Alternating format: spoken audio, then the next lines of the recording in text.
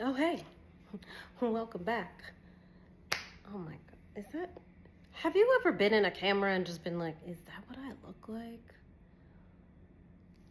Okay. Rough times. All right. Take two. Welcome back to social work exam prep.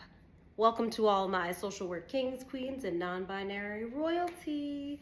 We have another question. Yes, I am wearing the same outfit in a previous question because we're recording them in the same night because time management. Here at Social Work Exam Prep, we work on getting you ready for your social work exam. Graduate level, clinical level, we do test prep, we do practice questions. I go over why the answer is correct and why the wrong answers are not correct. I also like to try to dive a little bit more into test prep in terms of how to understand how to decipher questions. Because a lot of the times, questions on these tests, they give you a lot of fluff, a lot of garbage, a lot of information you don't need to throw you off the trail. And then they put that exact answer in that would potentially be if you used all the garbage or fluff in there. So one of the things I also enjoy doing is helping you parse through the foolishness that comes on these tests to make sure that you are answering the question being asked. That is a key part of being able to do a test really well. Even if you don't always know what the actual terminology is, sometimes there are ways to eliminate answers that don't actually have anything to do with the question. Let's get started. Here is our question. After you have completed an assessment based on the problem-solving process, which would you do next? Would you A, evaluation, B, planning, C, engagement, or D, treatment? Please ignore this tear. That was Maslow. You all know he's a menace. Here's 5 seconds of one of my cats. Here's 5 seconds of the menace that tore my paper. Did you figure it out? Did you figure it out? Okay.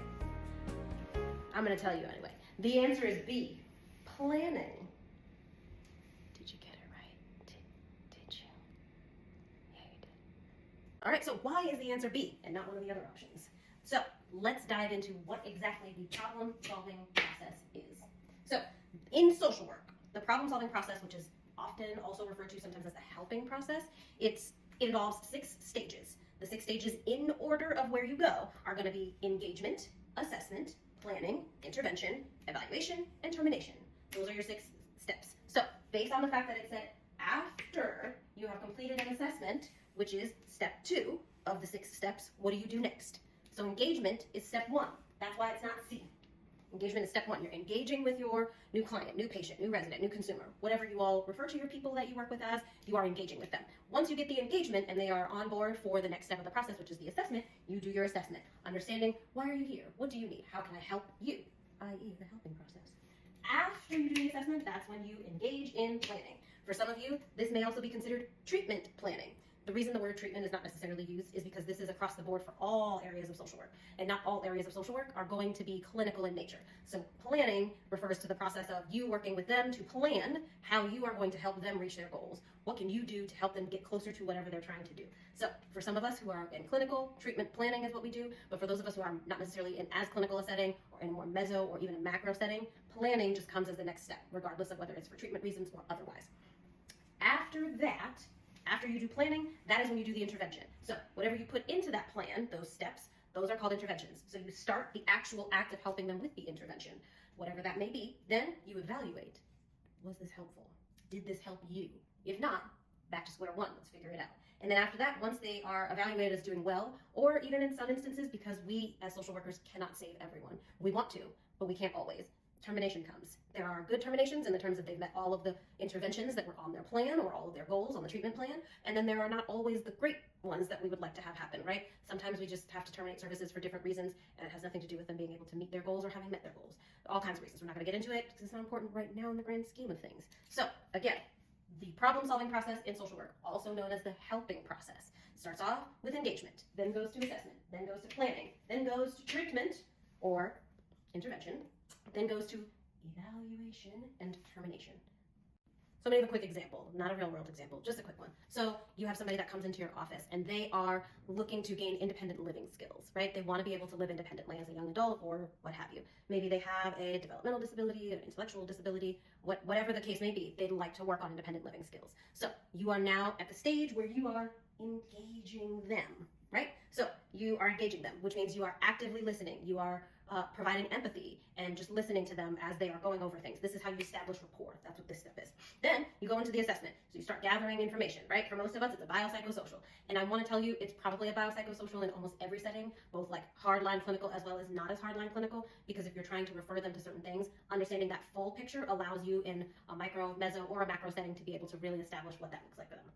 Then you go to the planning phase, right? So you're setting goals, you're establishing. So sorry, I keep scratching my nose because Maslow's hair is everywhere because I brushed him, so it's all over my face now. So anyway, you're establishing your goals with them. So what are they hoping to gain out of this? They want to develop independent living skills. That's the overarching thing, right? What are some of those independent living skills? Maybe they want to establish a budget. Maybe they want to apply and get a job. Maybe they're looking to get their first home, an apartment or what have you. So those could be 3 things that they work towards. And transportation. They want to either be able to get a car, so they need to get their license, or learn how to take public transportation. Those are all things that you can put on their goals as a part of their plan, or if it's clinical, a treatment plan. When you go to the actual implementation of interventions, that's when you're going to work with them on actually achieving their goals. So maybe you have a session with them where you go over how to take the bus. You guys go out and route from where they currently live to their job or to their library or to the school, right? And then you put it into practice. Maybe you get on the bus with them and you go to the library or to school or wherever they're normally going. So that way they have a feel for it with somebody there guiding them. That would be an implementation of those interventions that you came up with. Evaluation, you are going to see the effectiveness. Did you, in fact, with whatever intervention you utilized, help them learn how to take public transportation better? If it seems like they now have a solid or solid-ish grasp of taking public transportation, you can probably say that that intervention was right on track, right? Generally speaking. If not, you can always tweak it, adjust, and try again.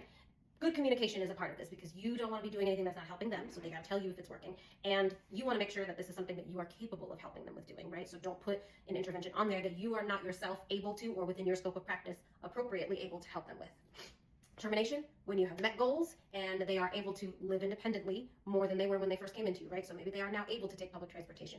They have interviewed and gotten a job. They are in housing already, and you've now gotten them to a place where they've got a budget. They know what they're making, and they know what they need to save up for, and things like that. They're budgeting better. They've met all of the intervention goals on their treatment plan. You can now terminate, discharge, metaphorically kiss them on the forehead and be like, Godspeed. Termination. I am not a big fan of the word termination. I don't know why. It just feels like worse than it is. I'm a medical social worker, and I hated whenever a patient would pass away and we'd be like, the patient's expired. They're not a carton of milk. They didn't expire. They died. They passed away. Don't go over to that family and say they expired. Anyway, off on a tangent. That is unnecessary. But termination is the term. I like to just say discharge. Feels a little less aggressive in my mind. But if you like termination, you can absolutely use termination. I'm just being nitpicky and weird. So that was an explanation with a little bit of an example, and I wanted to make sure that I tacked that on. But happy studying. Good luck.